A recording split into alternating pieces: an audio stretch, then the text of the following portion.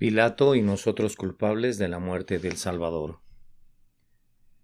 Este fue un sermón predicado la mañana del domingo 5 de marzo de 1882 por el reverendo Charles Haddon Spurgeon en el Tabernáculo Metropolitano, Newington, Londres.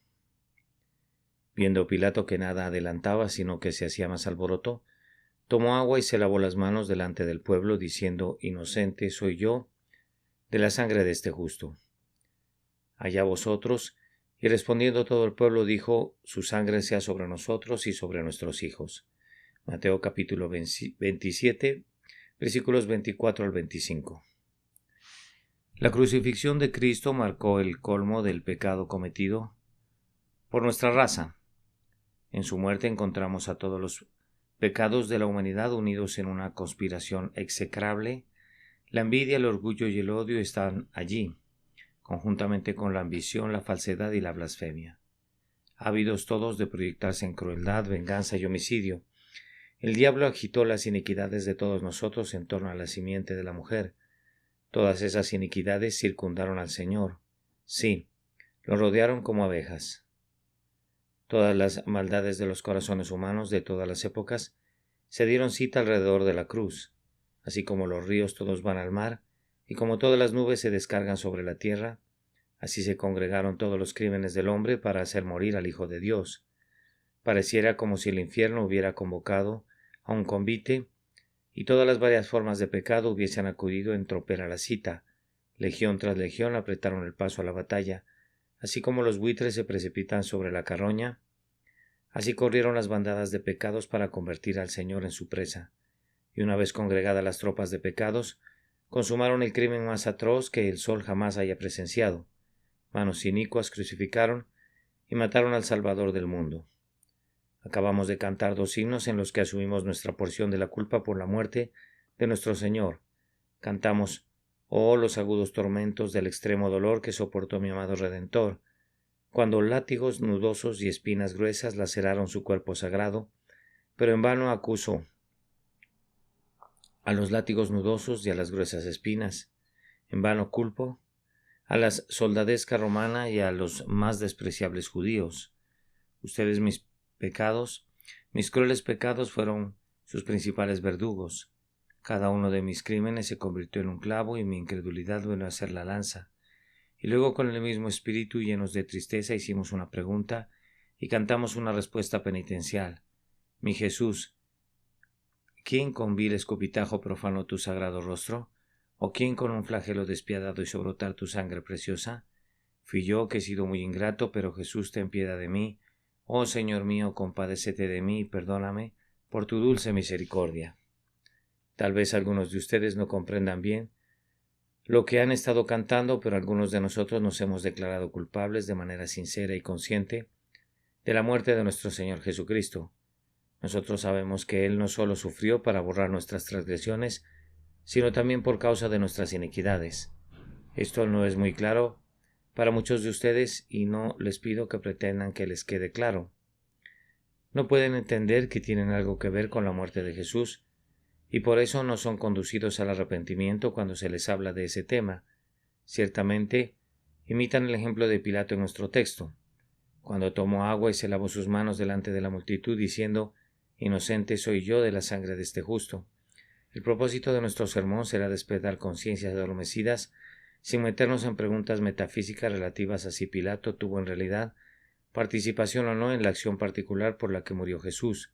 Les voy a mostrar que de muchas maneras los hombres cometen en la práctica un crimen semejante, y voy a demostrar así que tienen disposiciones similares a aquellos antiguos asesinos de Cristo. Aunque repudian la crucifixión, la repiten, si no en la forma, si en el espíritu. Aunque Jesús no está aquí en carne y hueso, sin embargo, la causa de la santidad y de la verdad y de su divino espíritu están todavía en medio de nosotros, y los hombres reaccionan ante el reino de Cristo, que está establecido entre ellos de la misma manera que los judíos y los romanos actuaron contra el Dios encarnado.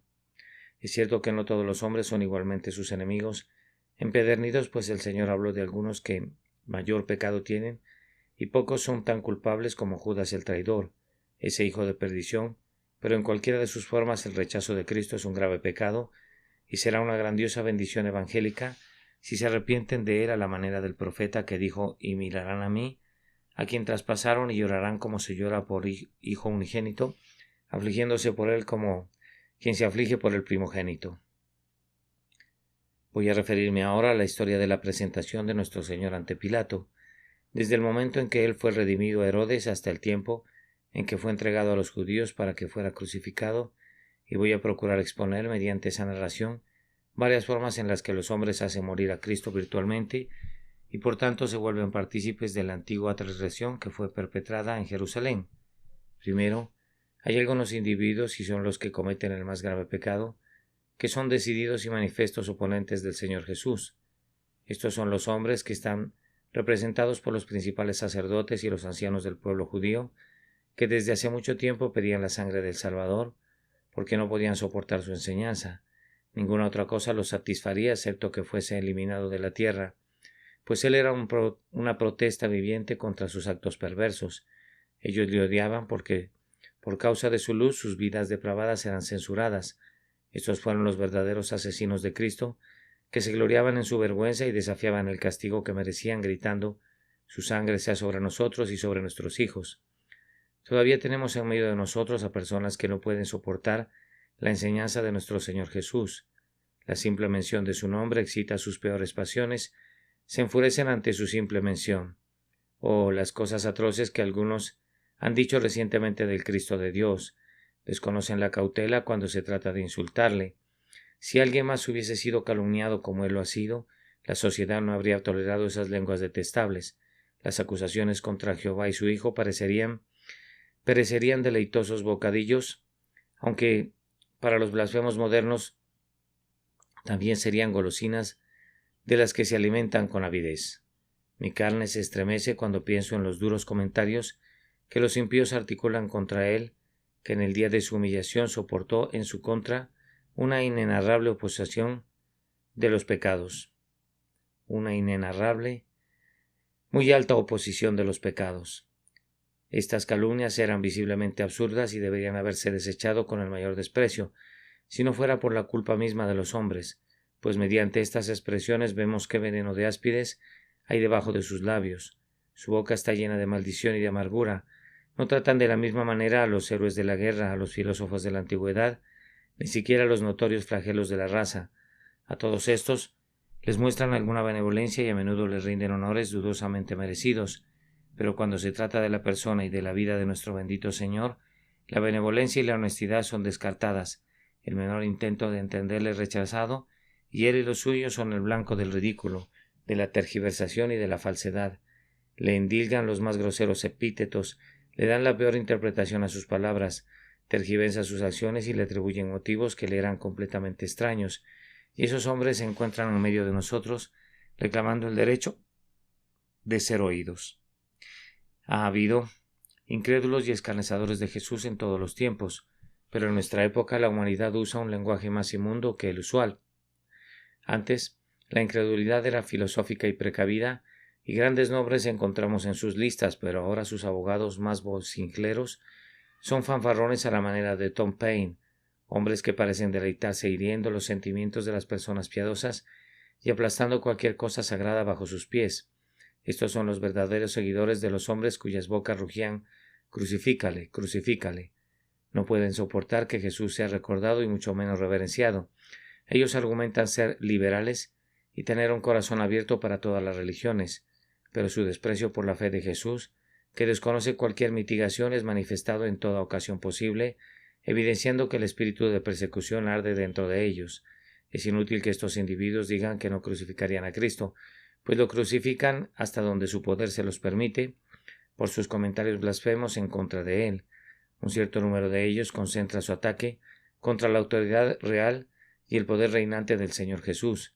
Exclaman en contra de él porque se atribuye una soberanía universal. Ellos no objetan tanto el cristianismo en cuanto uno de varios credos, pero no quieren saber nada de él cuando reclama ser el credo supremo. El Senado romano estaba dispuesto a incorporar a Jesús al panteón, en medio de otros dioses, pero cuando se dieron cuenta que el Cristo exigía una adoración exclusiva, le denegaron un lugar en el círculo de adoración. Como el Evangelio afirma ser verdadero y juzga que los otros sistemas son falsos, de inmediato provoca la oposición de la escuela liberal. Hay hombres en medio de nosotros hoy que dicen si hay algo bueno en el cristianismo como también lo hay en el budismo.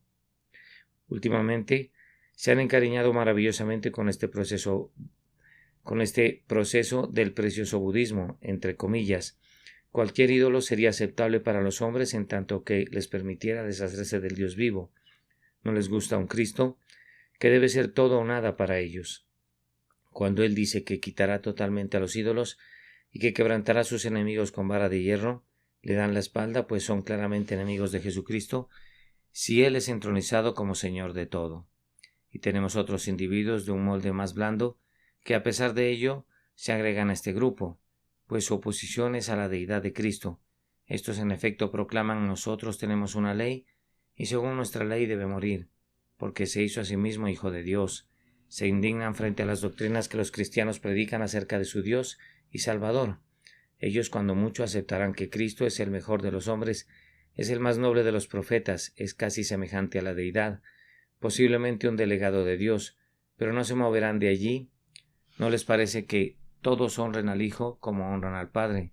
Si Jesús es predicado como Dios verdadero de Dios verdadero, de inmediato los escuchamos gritando fuera, fuera, cuando proclamamos a Jesús como Rey sobre Sión, el santo monte de Dios, y decimos de él: tu trono, oh Dios, es eterno y para siempre. Ellos rehúsan inclinarse delante de su majestad divina. En la medida de sus posibilidades destruyen la divinidad de Cristo y lo reducen a un simple ser humano. ¿Cómo pueden esas personas culpar a los judíos y a los romanos? Aquellos hicieron morir su humanidad, pero estos quisieran destruir su deidad. ¿Acaso su culpa no es igualmente grave? Yo acuso a todos los que niegan la deidad de nuestro Señor de ser sus asesinos, en la medida de lo posible, pues ellos atacan a su naturaleza más noble, acometiendo su poder divino y su deidad. Que el Espíritu de Dios nos acompañe aquí para convencerlos de su error y los conduzca a adorar a Jesús, que es exaltado por la diestra de Dios. Debo presentar muy claramente la acusación en el nombre de Dios y de la verdad.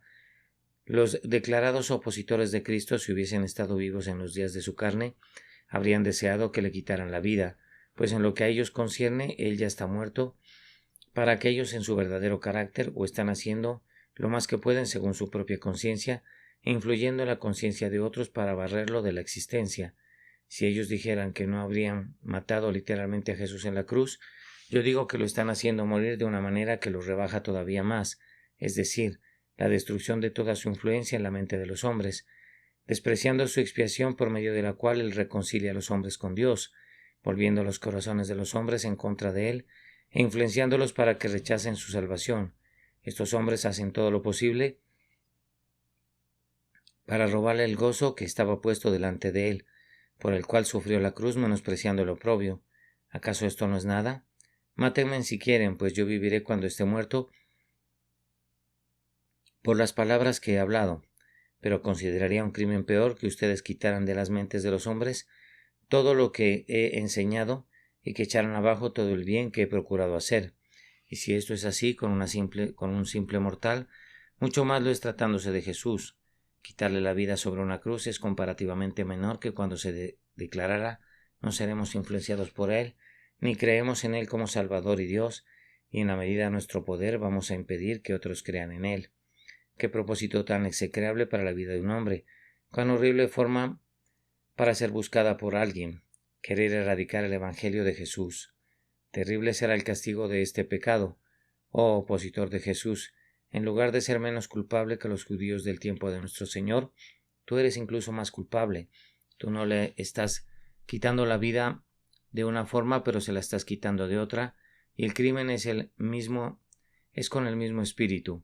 Mi Señor es clavado en una cruz mística por tus crueles palabras. Veo frente a los ojos de mi mente un calvario en donde el Señor Jesús es crucificado otra vez y es expuesto a la vergüenza pública por los infieles sarcasmos y las insinuaciones escépticas. Le veo escarnecido y reducido a nada por aquellos que niegan su deidad y rehúsan creer en su sacrificio. Baste con esto, que la conciencia esté presente aquí y que el Espíritu de Dios esté presente también, para que los hombres no se atrevan a lavarse las manos en inocencia. Si han sido antagonistas públicos de Jesús y si todavía lo son. Oh, que se volvieran a él y se convirtieran en sus discípulos.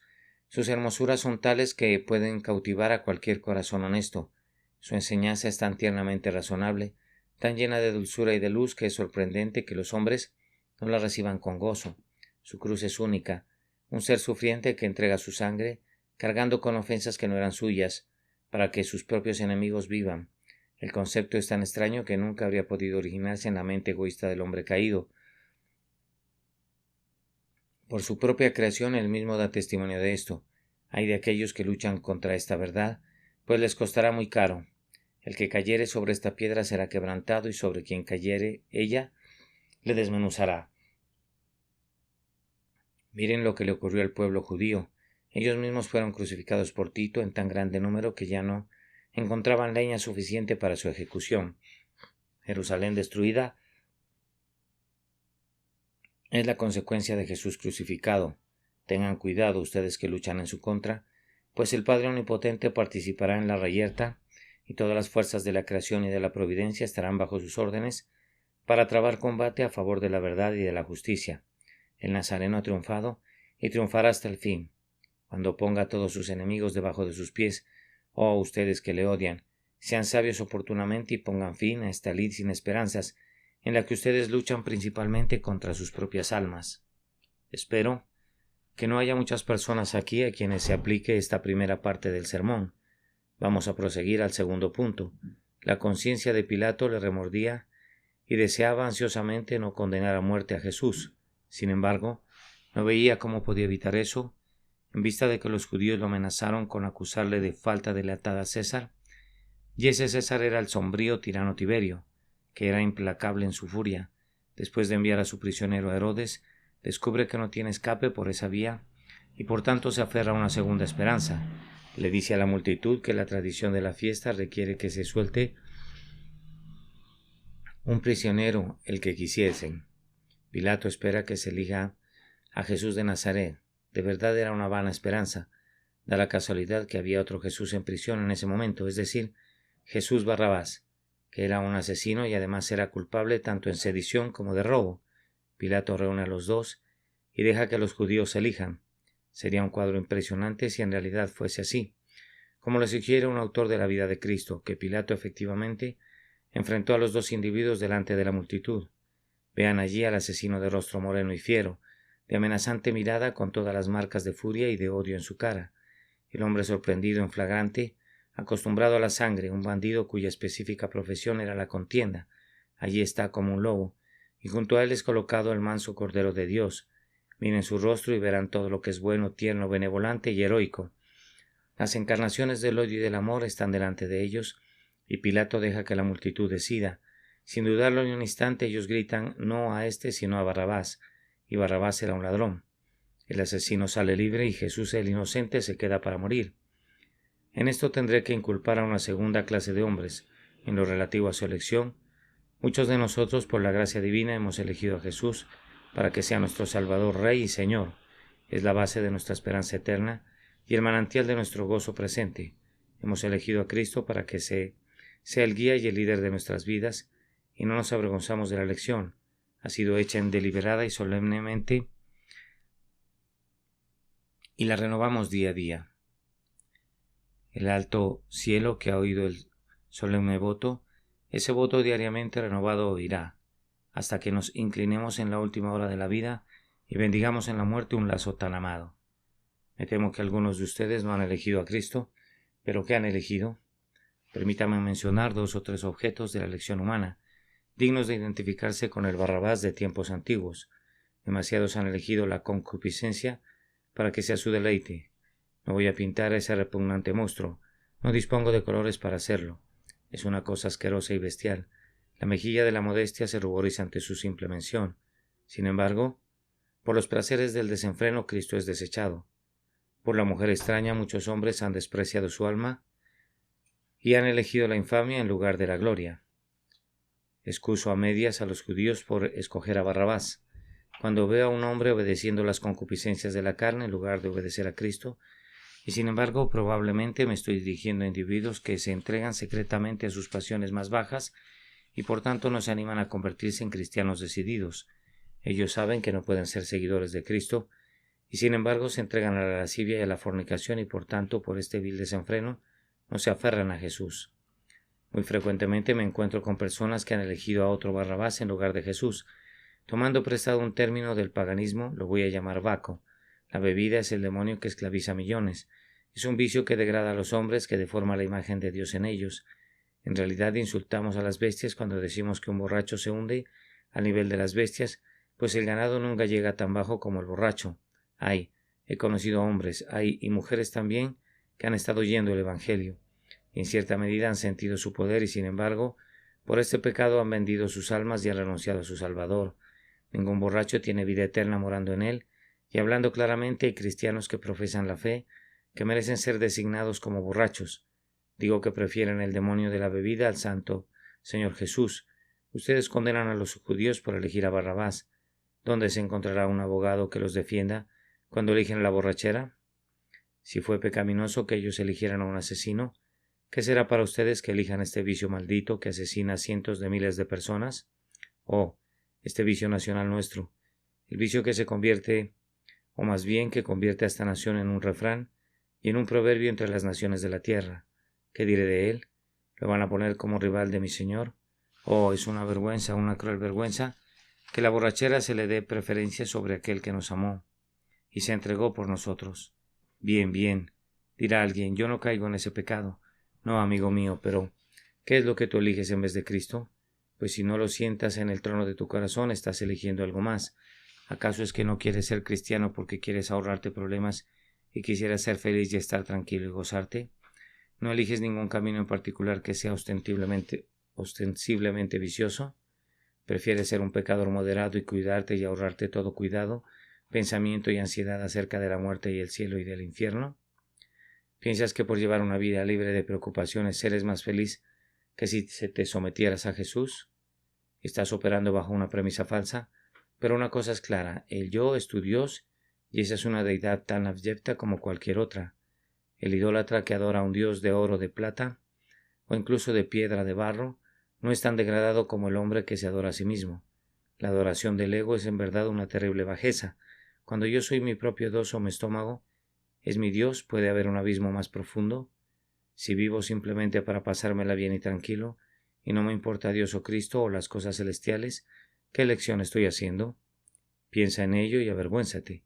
Voy a repetirlo. En muchas elecciones que hacen los hombres en cuanto al objeto de sus vidas, pecan precisamente como pecaron los que desecharon a Cristo y eligieron a Barrabás. No digo más. Que el Espíritu Santo les haga comprender esta verdad que tristemente les condena. En tercer lugar, Pilato, viendo que no podía liberar a su prisionero así, lo entrega en las manos de los soldados, que de inmediato comienzan a divertirse con él y lo tratan como un objeto de escarnio. Las palabras son crueles y son suficientes para provocar las lágrimas de todos los que las leen. Así que entonces tomó Pilato a Jesús y le azotó, y los soldados entretejieron una corona de espinas y la pusieron sobre su cabeza y le vistieron con un manto púrpura. Yo soy inocente de eso, clama uno de mis lectores. ¿Qué? ¿Estás bien seguro que eres libre del pecado de desprecio y de causar dolor a Jesús? Escucha un momento. ¿Cuándo has estado tan ocupado en los asuntos del mundo que no has podido pensar en él? ¿Cuándo has estado tan ávido de ser rico que te has burlado de las verdaderas riquezas? ¿No te das cuenta que estabas entretejiendo una corona de espinas para ponerla en su cabeza? Tu necedad al despreciar tu propia alma le hiere dolorosamente. Les das lástima y no puedes soportar ver que las espinas de este mundo sean la cosecha que siembres y recojas. Si no tuviera un corazón tan amante y tanta ternura de espíritu, no importara. Pero esta crueldad para contigo mismo es crueldad para con él. Y virtualmente, cuando has estado lleno de cuidados y ansiedades relativos al mundo, y no has tenido cuidado de interés acerca de él, o en lo relativo a tu propia alma, has colocado una corona de espinas sobre su cabeza. ¿Acaso esto no es nada? Permíteme preguntarte, cuando has subido a la casa de oración el día domingo, como siempre lo haces y has pretendido adorarle, aunque no le ames, ¿te das cuenta de lo que has hecho? Te has mofado de él cuando tu adoración ha sido fingida, y de esta manera le has vestido con un manto de púrpura, pues ese manto de púrpura significaba que lo hacían rey nominal, un rey que no era en verdad un rey, sino un simple espectáculo. Tu religión del día domingo, que ha sido olvidada durante la semana, ha sido un cetro de caña, una insignia impotente, una simple impostura. Te has burlado y le has insultado incluso en tus himnos, Y en tus oraciones, pues tu religión es una pretensión, no tiene corazón. Le llevaste una adoración que no era adoración, una confesión que no era confesión y una oración que no era oración. ¿Acaso no es cierto? Les pido que sean honestos con ustedes mismos. ¿Acaso no es así? Y luego durante la semana entera, ¿no han preferido a cualquiera en lugar de Jesús? ¿No han preferido cualquier libro a la Biblia? ¿No han preferido cualquier ejercicio a la oración? ¿No han preferido cualquier disfrute a la comunión con Él? Los objetivos políticos los han incitado, pero no la gloria del Señor ni la expansión de su reino. ¿Acaso esto no es despreciar a Jesús? ¿No es de burlarse de Él? ¿Acaso muchos de ustedes no están cansados del Señor? ¿Cansados del domingo? ¿Cansados de los sermones acerca de Jesús? ¿Cansados de la sangre de la expiación? ¿Cansados de alabar al Redentor? ¿Qué es esto sino desprecio hacia Él? Demasiadas personas han bromeado incluso acerca de las cosas más sagradas. Si no se han burlado personalmente de Jesús, han ridiculizado a su pueblo por causa suya, y se han divertido a costa de su evangelio. Algunos hacen de la religión un espantapájaros, y la piedad es tratada como un refrán. Los escrúpulos de conciencia son despreciados como cosas absurdas y pasadas de moda, y la devoción a Cristo es rebajada hasta hacerla afín con la locura. Sabemos que es así incluso entre quienes oyen el Evangelio y creen en él en lo exterior. Hay un desprecio por la vida y el poder del Evangelio. Conocen y honran su nombre, pero no valoran la realidad de la piedad vital. Algunas veces su conciencia truena con potencia en ellos, y entonces se ven forzados a desear aquello que otras veces han desdeñado. Menosprecian la sangre de Jesús, pero fingen ser partícipes de su poder que perdona. Me temo que ninguno de nosotros se atreverá a lavarse las manos por esto, como un pecado de nuestro estado caído. Hubo un tiempo cuando muchos de nosotros que amamos a Jesús ahora, y podríamos besar cada una de sus heridas, teníamos tan baja opinión de Él, que para nosotros cualquier cosa era mejor que Él. La historia de sus sufrimientos era aburrida, como un cuento trillado, y en lo relativo a entregarnos a Él, lo considerábamos una expresión fanática, o un sueño lleno de entusiasmo. Bendito Salvador, tú nos has perdonado, perdona a otros que están haciendo lo mismo. Me quedan escasos minutos que dedicar a cada punto, así que debo referirme ahora a otro pecado del cual muchas personas son culpables, es decir, el pecado de la indiferencia en relación a los sufrimientos de nuestro Señor. Pilato pensó que tenía otra opción para dejar ir al prisionero y la ensayó. Azotó a Jesús. No les diré cuán terribles eran los azotes de los romanos. No podía igualarse a nada con la excepción del Nuk de los rusos. Era la más terrible de las torturas. Muchos morían al ser azotados y casi todas las víctimas se desmayaban después de unos cuantos azotes. A consecuencia de ellos, el cuerpo humano era reducido a una masa de carne magullada, sangrante y estremecida. Cuando el Salvador era toda una masa de heridas y magulladuras, Pilato lo presentó a la multitud, diciendo: «He aquí el hombre», apelando al resto de humanidad que esperaba que todavía tuvieran los principales sacerdotes y los ancianos. «He aquí el hombre», dijo. ¿Acaso eso no es suficiente? Está aplastado y golpeado y sangrando por todas partes, y eso no es suficiente.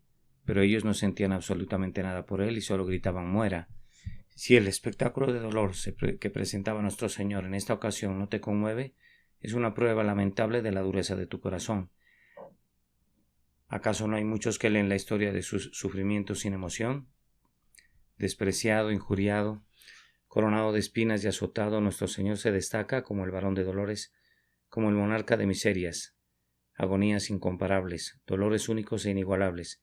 ¿Acaso no vas a derramar lágrimas por aquel de quien los soldados se burlaron y a quien los judíos ridiculizaron? No. ¿Acaso es posible que respondas no? ¿Acaso has oído la historia tantas veces que ya tiene menos afecto que un cuento ocioso? ¡Qué vergüenza! ¡Qué vergüenza! Y lo peor de todo es que no afecte a los hombres cuando recuerden que estos dolores fueron soportados voluntariamente por amor y no por necesidad ni por ningún otro motivo egoísta. Sus dolores fueron soportados por sus enemigos. Él ordenó a sus discípulos que comenzaran a predicar en Jerusalén, para que los hombres que le escupieran el rostro supieran que podían participar de su compasión, y que él había probado la muerte por quien le traspasó el corazón. Él muere orando por sus asesinos. ¿Cómo es posible que eso sea así? ¿Que un hombre muera por su amigo? Es algo noble y admirable, pero que un hombre muera por quienes le quitan la vida es el espectáculo más extraordinario que los ángeles puedan contemplar jamás. Tenemos que considerar esto también, que toca de la manera más tierna a los creyentes. Nuestro Señor sufrió así por nosotros. En su muerte está nuestra esperanza, pues de lo contrario estaríamos perdidos para siempre, si no tuviéramos parte y porción en los méritos de la agonía. Entonces para nosotros no quedaría ninguna esperanza sino solo esperar con terror el juicio y la fiera indignación. ¿Acaso no nos lamentamos cuando vemos a Jesús agonizando? Oh sentimiento, tú me has abandonado y te has recluido en las bestias, y los hombres han perdido la razón. Ciertamente nuestros corazones serán como la peña de Oreb, golpeadas por la vara de la cruz. Nuestras almas manarán ríos de dolor penitencial. Pero en esto hay una prueba maravillosa de nuestra culpabilidad, que tenemos compasión por cualquiera excepto por el Salvador, que podemos llorar por nuestro perro faldero y sin embargo podemos oír de los sufrimientos de Cristo con absoluta indiferencia. Hay multitudes de personas de este tipo y ruego al Espíritu de Dios que toque sus conciencias sobre este asunto de la frialdad hacia Jesús. Pero debo apresurarme, aunque quisiera detenerme un poco más, dejando la ampliación de estos cargos para sus meditaciones. Hay otro crimen del que son culpables muchos, que fue cometido por el propio Pilato, y ese fue el crimen de la cobardía. No menos de 3 veces Pilato dijo de nuestro Señor: yo no hallo delito en él, y sin embargo no le soltó. Él mismo reconoció: tengo autoridad para crucificarte y tengo autoridad para soltarte, y sin embargo no ejerció la autoridad para soltarlo. Por cobardía no se atrevió a soltar a su perfectamente inocente prisionero. Él sabía, pero no actuó con base en su conocimiento. ¿Acaso tengo personas delante de mí cuyo conocimiento supera mucho su práctica? Esto en verdad será uno de los gusanos del infierno que nunca mueren, el remordimiento de una conciencia instruida y negligente. Sobre la puerta de su prisión, los condenados leerán esta inscripción: tú conocías tu deber, pero no lo cumpliste. El conocimiento que hace responsables a los hombres por sus actos aumenta la responsabilidad en la medida que aumenta el conocimiento, y con ello aumenta su culpa y su castigo. Además, Pilato no solo conocía su deber, sino que a su modo quería cumplirlo. Uno casi siente lástima por ese vacilante cobarde. Vean cómo lucha para soltar a Jesús, de alguna manera indirecta que no le implique ningún costo. Él desea, decide y luego se echa para atrás, como una barca sacudida por vientos contrarios. En un momento casi encuentra en puerto seguro, allí casi se encuentra, pero súbitamente es lanzada mar adentro. Oh, la cantidad de deseos incumplidos que uno podría recoger en este tabernáculo, de la manera que los hombres recogen frutos prematuros que el viento ha desgajado de los árboles. Los hombres desean arrepentirse, desean creer, quisieran decidir, desean ser santos, desean tener la paz de Dios, pero sus deseos no conducen a una bendición práctica y así perecen en el umbral de la misericordia. Su bondad termina en deseos vanos que no hacen sino evidenciar su responsabilidad y de esta manera aseguran su condenación. Sin embargo, para ser justos debemos admitir que Pilato hizo algo más que desear. Él habló a favor de Cristo, pero habiendo hablado en favor de Jesús, no procedió a la acción, como estaba obligado a hacerlo. Es posible que un hombre diga con su lengua: ningún delito hay en él, y que luego por medio de sus acciones condene a Jesús entregándole la muerte. Las palabras son un pobre homenaje para el Salvador. Él no salva a la humanidad con palabras y no debe ser retribuido de dientes para afuera. Pilato habló con suficiente arrojo, pero luego se retrajo ante los clamores de la multitud, y sin embargo Pilato podía ser firme algunas veces. Cuando Jesús fue clavado en la cruz, los sacerdotes rogaron a Pilato que no cambiara la acusación que estaba escrita sobre su cabeza, y Pilato no cedió, sino que replicó: lo que he escrito, he escrito. ¿Por qué no demostró un poco de firmeza cuando Jesús todavía estaba vivo? Pilato no era un ser completamente débil y afeminado como para que fuera incapaz de afirmar su pie. Si lo hizo una vez, pudo haberlo hecho antes, y así habría podido salvarse de cometer esta grave transgresión. No hay Pilatos aquí, personas que podrían haber sido cristianas si hubiesen poseído suficiente valentía moral. Algún necio compañero se habría burlado de ellos si se hubieran convertido en religiosos, y esto no lo pueden soportar, pobres cobardes. El otro día escuché la historia de un joven que no se atrevió a orar en una habitación donde dormían otros 2 o 3 sujetos, y así, como un pusilánime, se metió en su cama y sucumbió al miedo del que dirán. Me temo que hay otros hombres que prefieren ser condenados a que se burlen de ellos. Otra persona tiene un compañero perverso y sabe que debe cortar con esa compañía si se convierte en un seguidor de Jesús. Él quisiera hacerlo, pero carece de valentía. Oh, tú que rehuyes todo lo que implica servir a Cristo por miedo al que dirán. ¿Acaso no sabes cuál es la porción de los miedosos? Oh, ustedes que son temerosos, ¿cómo es posible que Jesús esté cubierto de heridas y vergüenza por ustedes, y que ustedes se avergüencen de él? La muerte se aproxima velozmente a él, y ustedes todavía esconden de él sus rostros. En verdad esto es crueldad, tanto hacia Cristo como hacia ustedes mismos. ¿No pueden apartarse de sus enemigos? Salid en medio de ellos y apartaos, dice el Señor, y no toquéis a lo inmundo. ¿No abrazará su causa? Si alguno me sirve, sígame. Mediante esta cobardía haces todo lo que esté de tu parte para quitarle la vida a Cristo. ¿Cómo? Preguntarás. Bien, supón que todo el mundo actuara como tú. ¿Habría cristianismo en el mundo? Si todo el mundo fuera cobarde, ¿habría alguna iglesia en la tierra? ¿Acaso no estás asesinando a Cristo y estás enterrando a Cristo en la medida de tus posibilidades? ¿No estás destruyendo su influencia y debilitando su iglesia cuando rehusas reconocerle? ¿Acaso no es así? Considéralo. Estás rehusando usar cualquier influencia que pudieras tener en el mundo a favor de Jesús. Aunque hay multitudes muy activas en despreciar a Jesús y en oponérsele, tú no alzas una mano por él. ¿Por qué no sales y dices yo estoy de su lado? Por tu supuesta neutralidad actúas como enemigo suyo. Debes estar de un lado o del otro.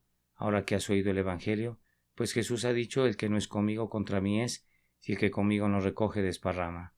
Tú estás en contra de él y estás desparramando. Supón que otros sigan tu ejemplo. Bien, dirás, no hay nada malo en mi ejemplo, excepto que no soy cristiano. Precisamente por eso, ya que bajo algunos aspectos, la propia calidad de tu ejemplo lo convierte en un agente más poderoso para el mal. Yo no creo que el ejemplo de un borracho reconocido tenga influencia en muchos jóvenes para que se entreguen a la borrachera.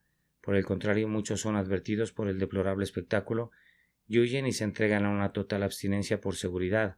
A menudo he recibido a jóvenes de ambos sexos como miembros de esta iglesia que han sido abstinentes totales del más intenso tipo, debido a que la borrachera del padre hizo que los hijos fueran tan desgraciados y su hogar tan pobre que aborrecieron ese vicio maldito. Vean entonces como un mal ejemplo puede perder su poder maligno por su visible exceso. Tu caso es diferente, tu ejemplo es en algunos sentidos admirable y luego lo arrojas del lado del diablo. Entre mejor seas, más daño estarás causando al ponerte del lado del mal. En la medida que seas un ser moral, excelente y amigable, eres precisamente el hombre cuya influencia Cristo debe tener de su lado. Y si tú provocas que actúe en su contra, el hecho es todavía más deplorable. Si el peso de tu carácter motiva a los hombres a que ignoren las exigencias del Hijo de Dios, ¿qué es esto sino tramar espiritualmente la muerte de Jesús? Por último, y que el Espíritu de Dios bendiga esta amarga medicina cuando sea aplicada al corazón, para que sienta los dolores de la penitencia el día de hoy. Está el pecado de la hipocresía basada en la justicia propia. Este Pilato cometió plenamente ese pecado. Tomó agua y se lavó sus manos diciendo, inocente soy yo de la sangre de este justo. Allá vosotros. ¡Qué contradicción! Él es inocente, pero les da permiso para ser culpables. Ellos no podían asesinar al Señor sin su autorización. Él otorga el permiso necesario y sin embargo dice, inocente soy. ¿Acaso no veo a un individuo de la misma calaña por allá? Ese individuo dice, yo no desprecio a Cristo ni hablo palabra alguna en su contra. Soy perfectamente inocente de cualquier mala voluntad hacia Él. Por supuesto que si otros se oponen a Él pueden hacerlo, pues estamos en un país libre, que cada quien haga lo que quiera, pero yo estoy perfectamente libre de culpa. Un hombre no actúa de esa manera cuando ve que alguien está siendo asesinado. No se queda mirando ni afirma que preferiría no interferir. Dices que no puedes evitar las opiniones de otros. ¿Acaso no tienes tu propia opinión acerca de Jesús? Dices, no pienso nunca en Él. ¿Acaso eso no es desprecio? ¿Prefieres no tener ninguna opinión acerca de uno que afirma ser tu Dios? ¿Acerca de uno que tiene que ser tu Salvador y si no lo es, perecerás para siempre? No puedes desviarte de esa manera. Ahora que la rebelión está en armas, tienes que tomar partido, tienes que ser leal o convertirte en traidor. El estandarte está desplegado y cada quien tiene que tomar partido. Tu negligencia hacia Jesús contradice tu posición de ser neutral. Pretendes no meterte con él, pero eso resulta fatal. Un hombre está atrapado en aquel aposento alto de aquella casa en llamas y tú puedes salvarlo. Rehusas involucrarte en el asunto, pues para ti es algo indiferente de cualquier manera y así lo dejas en manos de los bomberos y de sus ayudantes. Mientras tanto, el hombre perece porque no quisiste ayudarle. Yo digo que no tienes excusas. La sangre de ese hombre yace a tu puerta. Era tu deber haberle rescatado. Así el Señor Jesucristo viene aquí entre los hombres y es perseguido. Tú dices tranquilamente, sin duda es lamentable, pero no puedo evitarlo. Perfecto, pero por tu falta de acción te estás poniendo del lado de sus enemigos. ¿Dices tú que eres tan justo que no necesitas un Salvador? Eso en verdad es abofetear a Jesús. Él viene para ser un Salvador y tú le dices que es un superfluo, que tú eres tan bueno que te puedes valer por ti mismo sin necesidad de ser lavado con su sangre. Esto es escupirle en el rostro, es decirle que fue un necio al morir por ti. ¿Por qué habría de derramar su sangre si eres lo suficientemente inocente sin necesidad de eso. En efecto, acusas a Dios de insensatez por proveer una grandiosa propiciación cuando la gente buena, como tú lo eres, no necesita nada parecido. No creo que alguien pueda insultar más groseramente al Hijo del Altísimo. Esto en verdad es crucificarlo. El hombre con justicia propia que dice «Yo estoy limpio» priva al sacrificio de Cristo de su gloria, priva a su vida del propósito, a su persona de su dignidad, a su obra entera de su sabiduría. El propio corazón de Dios está puesto en el propósito por el que Cristo murió, y a pesar de ello el hombre con justicia propia considera esto una insensatez. Vamos, amados lectores, no hay campo para que ninguno de nosotros acuse a su semejante. Vayamos todos a los pies de Jesús con humildes confesiones, a Jesús que resucitó de los muertos, y digámosle a coro, llenos de tristeza: es a mí a quien pertenecen estos dolores, soy yo quien debe sufrir por mi perversidad. Atado de pies y manos con fuertes cadenas, tus azotes, tus grilletes, todo lo demás que soportaste, mi alma debe sufrirlo, pues de sobra ha merecido estos tormentos.